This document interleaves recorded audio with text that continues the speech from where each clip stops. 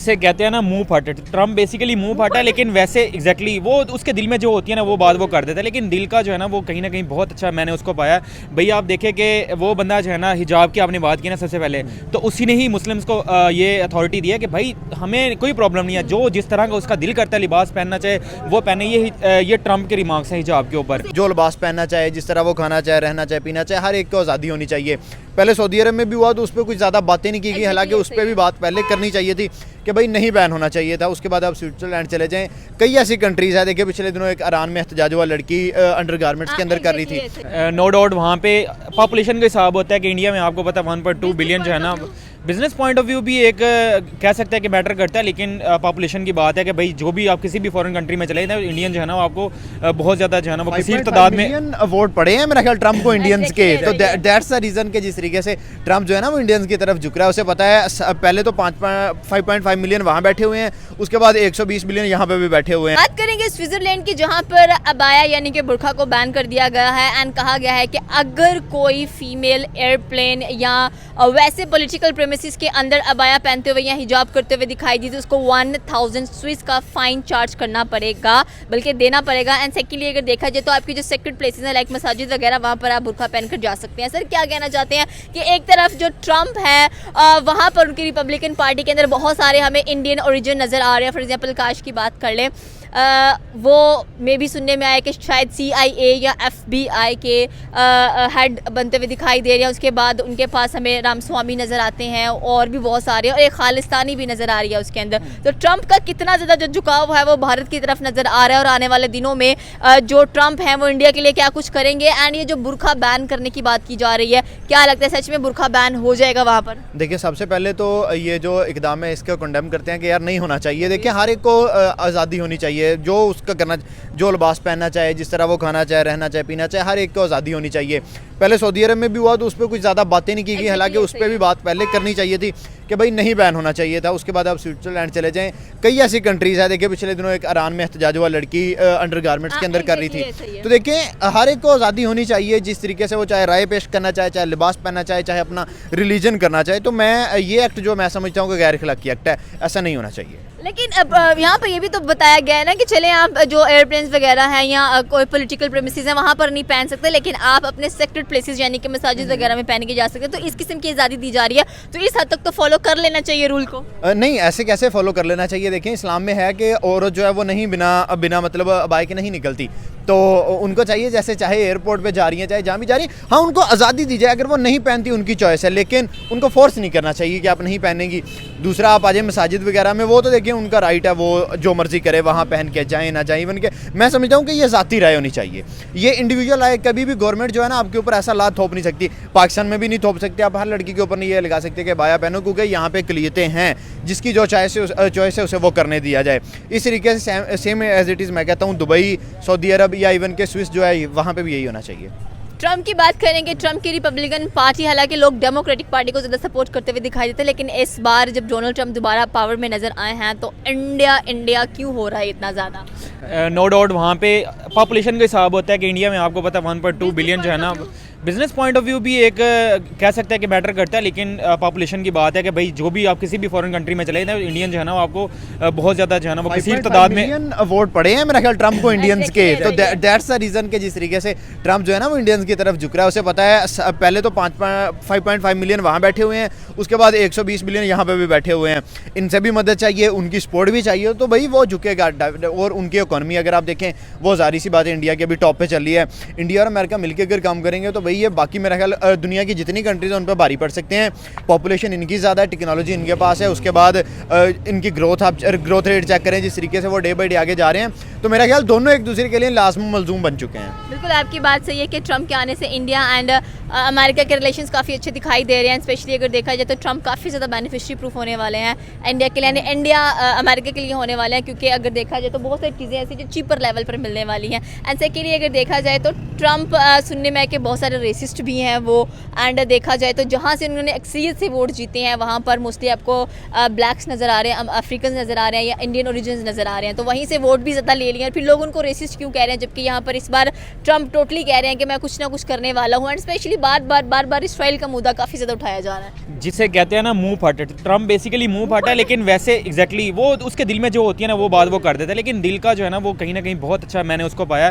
भाई आप देखें कि वो बंदा जो है ना, हिजाब की आपने बात की ना सबसे पहले, तो उसी ने ही मुस्लिम्स को ये अथॉरिटी दी है कि भाई हमें कोई प्रॉब्लम नहीं है, जो जिस तरह का उसका दिल करता है लिबास पहनना चाहे वो पहने। ये ट्रम्प के रिमार्क्स हैं हिजाब के ऊपर। हिटलर भी कहा जा रहा है मॉडर्न दौर का। नो डाउट हर बंदे की अपनी वो राय है, लेकिन मुझे नहीं लगता ऐसा। कि मुझे तो लगता है कि यार वो जो है ना वो रेवोल्यूशनरी बंदा है, वो ट्रेडिशनल पॉलिटिशियन है ही नहीं। जिसे मॉडर्नाइज पॉलिटिशियन अगर कहें तो हम उसे गलत नहीं है। और आपने इंडियंस की बात की है, तो भाई बेसिकली बात ये है कि ये मैटर नहीं करता कि वो इंडियंस हैं, ठीक है ये कि वो इंडियंस हैं, लेकिन अब अमेरिका में चले गए पॉलिटिक्स में, तो पाकिस्तानी भी बहुत ज़्यादा हैं जो वहाँ पे कामयाब भी हुए हैं। और आपको पता है स्कॉटलैंड का फर्स्ट मिनिस्टर भी पाकिस्तानी रहा है, तो इसका मतलब ये नहीं होता कि अगर वो पाकिस्तानी है तो वो सारा झुकाव जो है ना वो पाकिस्तान के ऊपर हो जाएगा, या अगर वो इंडियंस हैं तो वो इंडिया के ऊपर हो जाएगा। ये 100% भी नहीं होता। पॉलिसी वही चलती है जो उनकी वहाँ की स्टैब्लिशमेंट चलाती है। बेसिक जो है ना वो ये वज़ीर आज़म होता है या प्रेसिडेंट होता है ना, ये नाम के ही होते हैं। बेसिक जो पॉलिसी चल रही होती है ना वो स्टैब्लिशमेंट की चल रही होती है, तो पॉलिसी कभी भी चेंज नहीं होती। थोड़ा बहुत इंपैक्ट पड़ता है किसी भी प्रेसिडेंट के चेंज होने का या एडमिनिस्ट्रेशन के चेंज होने का, लेकिन जो 90% पॉलिसी चलती है ना वो स्टैब्लिशमेंट की चलती है और वो मुस्तकिल चलती है। पाकिस्तान का क्या रोल नजर आने वाला है? पाकिस्तान का क्या रोल होगा? हम जाएंगे डॉलर मांगेंगे, डॉलर मांग के वापस आ जाएंगे, एज इट इज़ होगा। इससे ज़्यादा हम कर नहीं सकते। ना आपकी इकॉनमी बूस्ट हो रही है, ना आपकी कोई चीज़ बूस्ट हो रही है, ना आप टेक्नोलॉजी ना आईटी किसी भी चीज़ में आगे नहीं जा रहे, तो आपका रोल कुछ भी नहीं होगा।